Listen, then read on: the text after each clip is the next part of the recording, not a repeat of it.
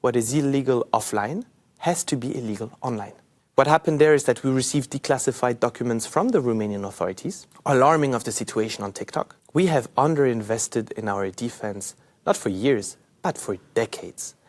Hei, dragi prieteni! Recent am făcut o vizită la Comisia Europeană. Acolo am vorbit și cu Thomas Regnier, unul dintre purtătorii de cuvânt ai Comisiei Europene. Am vorbit despre tehnologie, inteligență artificială, apărare, alegere din România și dezinformare.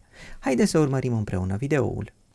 Welcome on my channel, Thomas. Hello, thanks a lot for having me. I was thinking about the first question, but actually, is there something you have right now on the mind which you'd really like to tell because it bothers you the last weeks? It's something you are dealing with and it's very important and you have to tell it. Well, look, I would say these days is a lot about protecting kids online. Wow. And what the Commission is doing to protect kids in the online world. You mean the scandal with Grok and X and stuff? For example, when we see platforms that indeed spread or even allow for the creation of child pornography or digitally undressing of women without their consent, this goes against everything the European Union and this Commission are standing for. It goes against our fundamental rights, our values, and this is precisely the type of content we don't want to see online. And we want to protect our citizens on this. And can't you tell just those companies don't do it? It's a bit more complex than that. Yes, we're telling them, of course, that they cannot do it. I mean, on Grok, for example, we have just opened a new investigation against X in the context of the DSA. So we, of course, tell them this type of content is not allowed in the European Union, not because we say so, but simply because it's illegal in real life. Child pornography is illegal. It's defined everywhere. And we have a basic principle in the EU. What is illegal offline has to be illegal online. And do you have the feeling that they listen to you? That's maybe one of the biggest success stories that we have over the last 2-3 years with the Digital Services Act, is that platforms respond to us. Okay. All of them, including X. Okay. So all of them respond to us, they cooperate to different degrees, but they want to be compliant and they have to be compliant. I see. Oh, that's good news. I have here like 5 subjects going on defense, space, and tech sovereignty, and so on. So let's start with this tech sovereignty. How we define it? What is technology sovereignty? It's hard to define, indeed, you're right. When we speak about tech sovereignty, it means cutting dependencies. For example, cloud. We're massively dependent when it comes to cloud. Chips, semiconductors. Without advanced chips, you don't have digital in Europe. You don't have smartphones, you don't have cars, you don't have computers, you have nothing. So we need to be less dependent on cloud, less dependent on chips. And I think we need to be also way more independent and innovate way more in artificial intelligence. Because AI is the future. It's a future on which we can build.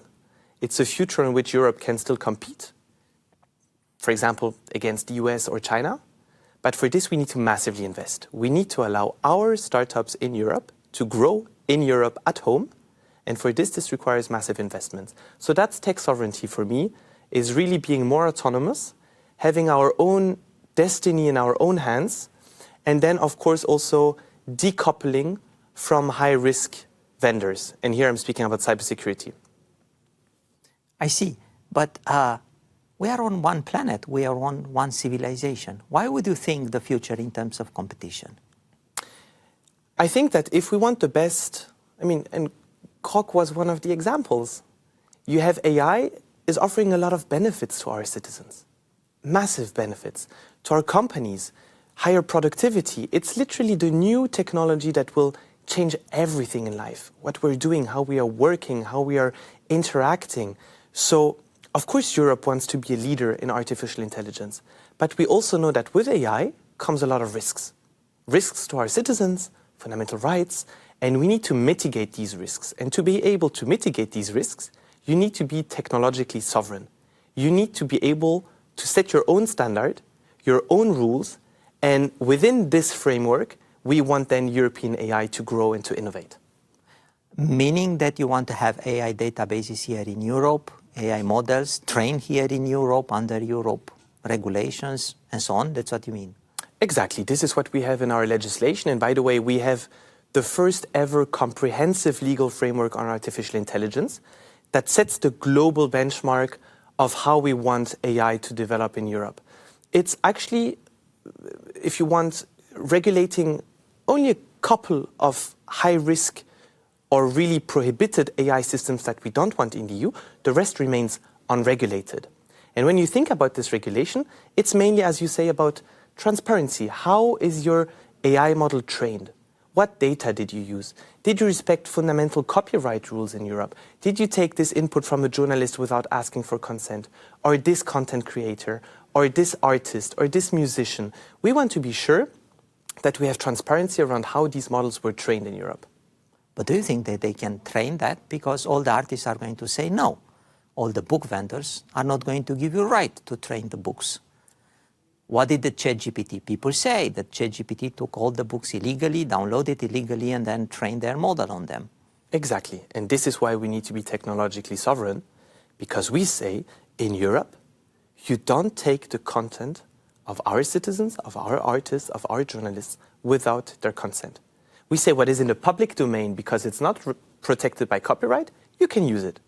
What is protected by copyright, you need to ask for consent and give a fair remuneration. So this is actually quite a good example to show why our legislation matters and why it's important even in a new technology where we shouldn't be too much regulating, and this is not what we want, because otherwise we will stifle innovation, we will block it. So, but these essential criteria, like copyright protection, need to be formalized in a legal text to be sure that we can actually protect here our right holders. You made my daughter happy, because she's in the art world, and she believes in that. So it's a good place to be in Europe for your daughter. Exactly. If we move a little bit to space, Europe in space, Americans are going to land on the moon. China is going to follow. Europe? What does Europe for space? What can you tell me, for example, about Artemis 2? If you know Artemis 2 is the mission that is going to send men around the moon and come back. Did Europe do something? So Artemis 2 indeed is more of a NASA project. Europe is not sending people to the moon. This is for our member states. So indeed, countries, national governments can decide to send astronauts to the moon. And very well, it's important to do that, but we leave it for our member states. But Europe plays an important role in space, don't get me wrong. For example, we want to create an internal market for space.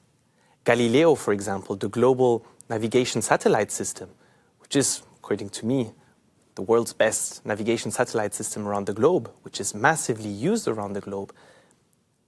This was built here in Europe. It's based on our values, based on our own technology. So again here, it's our satellite. So again here, Europe plays an important role. We're going a little bit further, for example. Now we have developed a brand new platform, GovSatcom. Mm-hmm. What does this do? We know that certain of our member states have less of satellite capacities than others.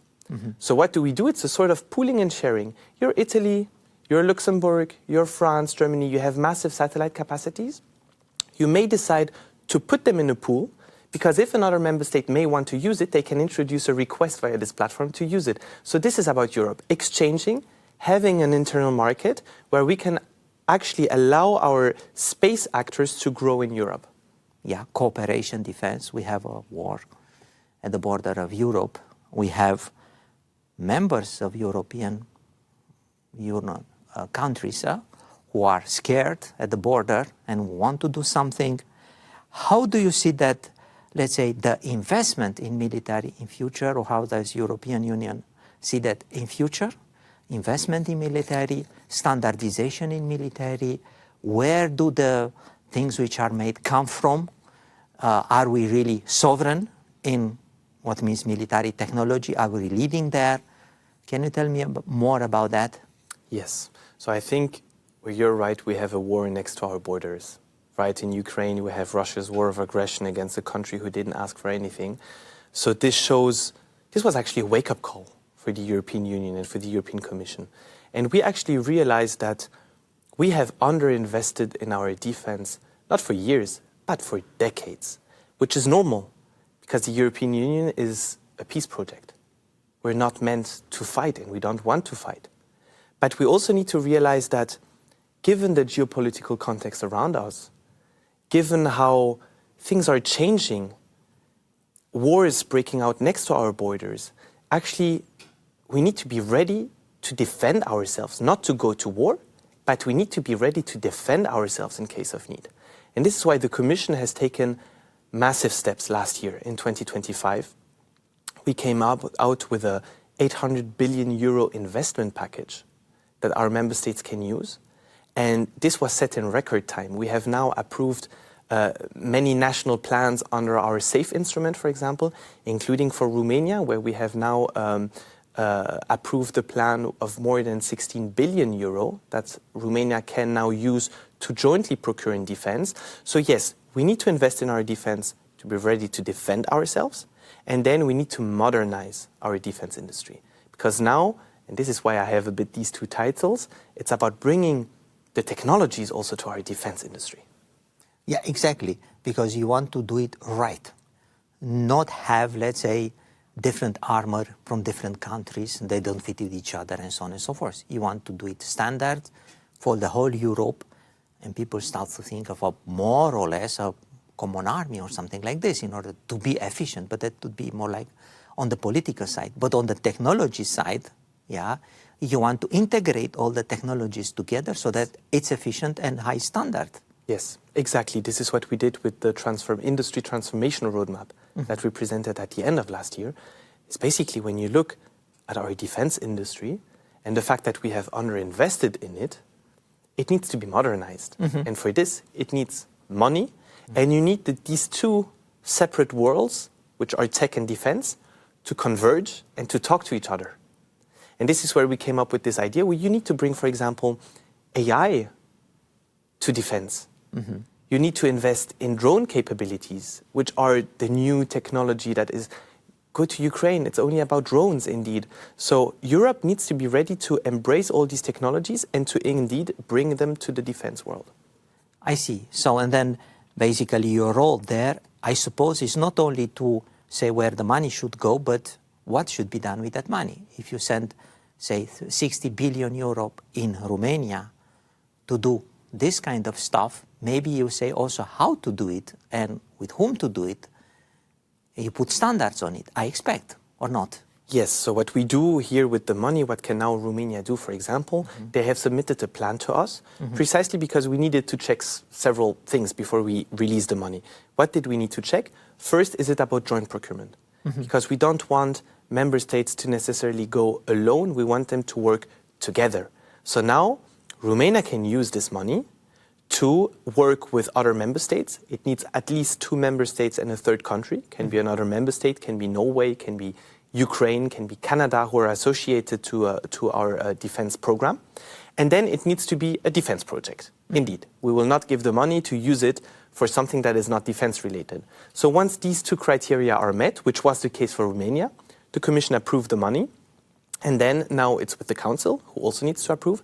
And then we will disperse the initial amounts to Romania so that they can kickstart their projects. So in Europe, it's indeed about collaboration, as you rightly said, working together between member states and investing in defense. That's what the money is for. I see. And being on that front, it's not only about war, but it's also about disinformation. And I have to admit, in my opinion, that we suffer in Romania a lot from the disinformation. And that's expected because we are at the border, and it's much easier to influence people at the border, looking at the history and so on and so forth. And probably you heard what happened with presidential elections, which were basically at one point redone. They were stopped, and then the process started again. Maybe I'm going to ask you this. Did you investigate, did you look into it? To what extent was it disinformation? What happened? Does the European Commission has an opinion about what happened then? We have an opinion on the fact that disinformation is indeed not new, especially Russian disinformation, especially in the context of elections at national level. So we know that in the context of elections, our member states are way more subject to Russian disinformation than usually, although it happens on a daily basis. Electoral contexts are extremely sensitive. Now, if you take the thing the other way around, who can potentially spread and amplify disinformation? Online platforms. Yes. Who can change their algorithms to boost this? Online platforms. Who can decide to silence political voices in elections? Online platforms. Who can silence journalists? Online platforms. So online platforms, we want them in Europe. That's not the question. But they can pose a risk to our societies, to our citizens, and to our democracies. So this is why, precisely the reason why we have our legislation in place, to hold them accountable. Because in Europe, it's for citizens to choose whom they want to vote for, and it's not for big tech to manipulate algorithms to influence our voters. So Europe is about transparency and empowerment of users and accountability of online platforms. Now, it's true that, the elections in Romania made a lot of noise. What happened there is that we received declassified documents from the Romanian authorities, alarming of the situation on TikTok. To this, the Commission, thanks to the legal framework we have in place, we have opened an investigation into TikTok. TikTok actually is quite cooperative. It's hard to go into details when the investigation is ongoing. But what I can tell you is that TikTok is very cooperative with us. They have sent quite some proof that they have removed content that was actually being amplified by bots on the platform and which related to Russian disinformation. So this is precisely what we don't want, platforms to amplify disinformation. But the Commission doesn't care about individual content, individual posts. I see. So basically what you're saying is that related to Romanian elections, and then the steps were taken, and also TikTok Yes. took some steps, but the investigation is ongoing. Yes. And there are some lessons learned, I suppose, also for the future, and some things which I suppose the social platform have to implement in order that such a thing will not happen in the future. Exactly, and also in other of our member states. This is why the investigation remains open. So the investigation against TikTok was triggered by the Romanian elections and the request from the Romanian authorities. But the fact that the investigation remains open forces TikTok to have appropriate measures in place for all upcoming elections in Europe. Thank you very much. Unless you want to add something or... You tackled all the main topics. Thanks a lot for having me. I did that. Okay, with pleasure. Thank you. Thank you for having me.